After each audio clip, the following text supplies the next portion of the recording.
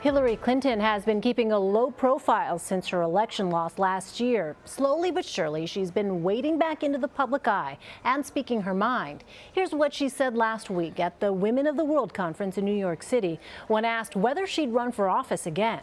Short answer is I am really focused on, just doing some things that I think I can help make a difference with, like the supporting of young people and getting more women into politics. And I very much want to help Democrats take back the Congress. And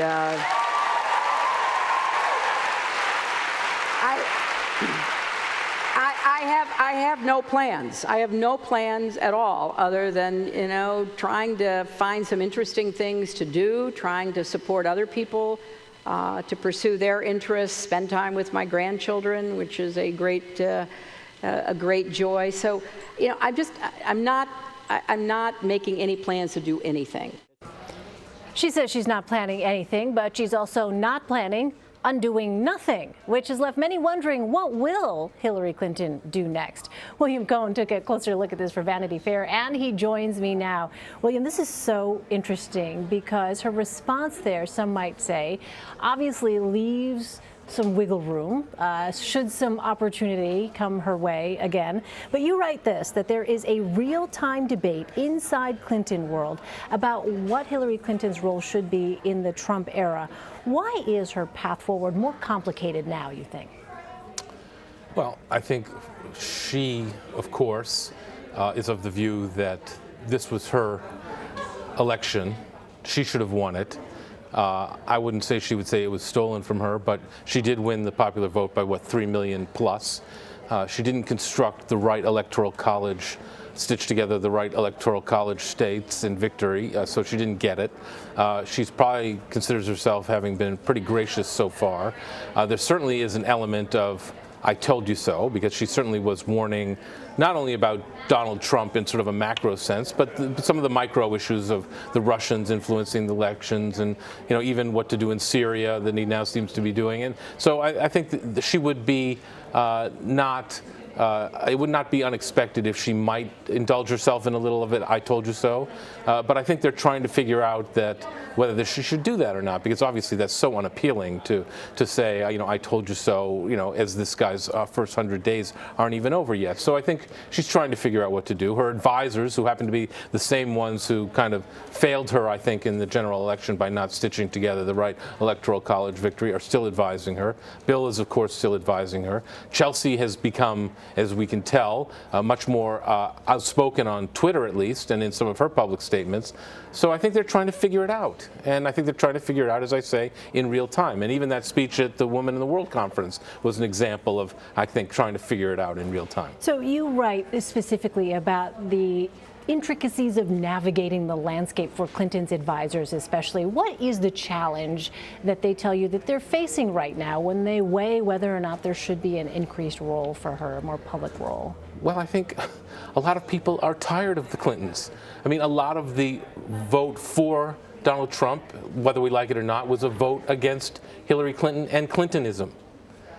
So even though she may have turned out to be a much better president, governing than she turned out to be as a candidate, even though Trump may have turned out to be a better candidate than a CEO of the country, and she may be well entitled to feel like something isn't right here.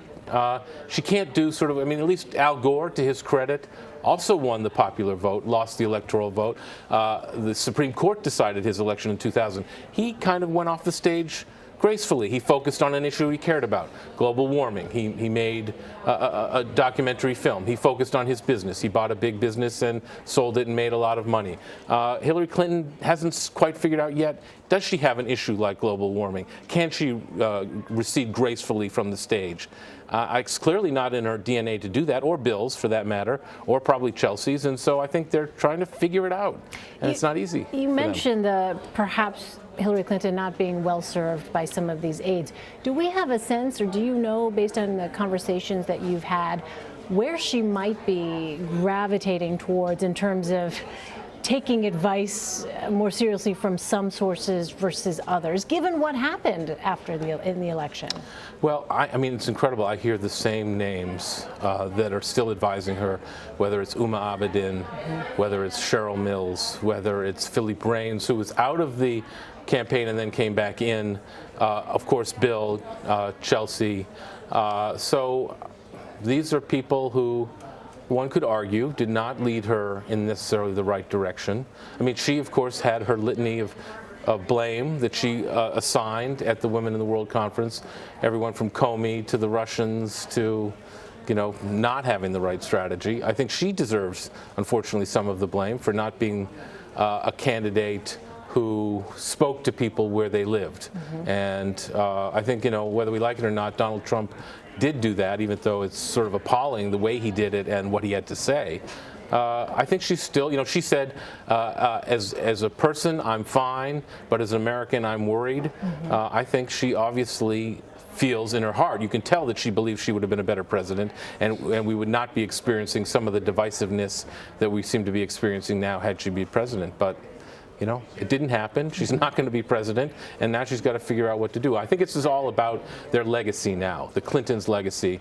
And if it's in fact true that she's not going to be mayor of New York or president in 2020, I think that she's trying to make sure that the Clinton legacy really means something. Yeah, it'll be interesting to see what Chelsea decides to do as well, something else. I mean, talk about her DNA. I mean, the daughter of a president and the daughter of a Secretary of State who almost was president. I mean, that's an incredible lineage. Yeah. And she seems to like the public stage suddenly. She's not shying away from it. She's not shying away. Her Twitter account is on fire. So we'll see. Something to watch. William Cohan, thank you so much. Really My appreciate pleasure. it. Thank you for having me.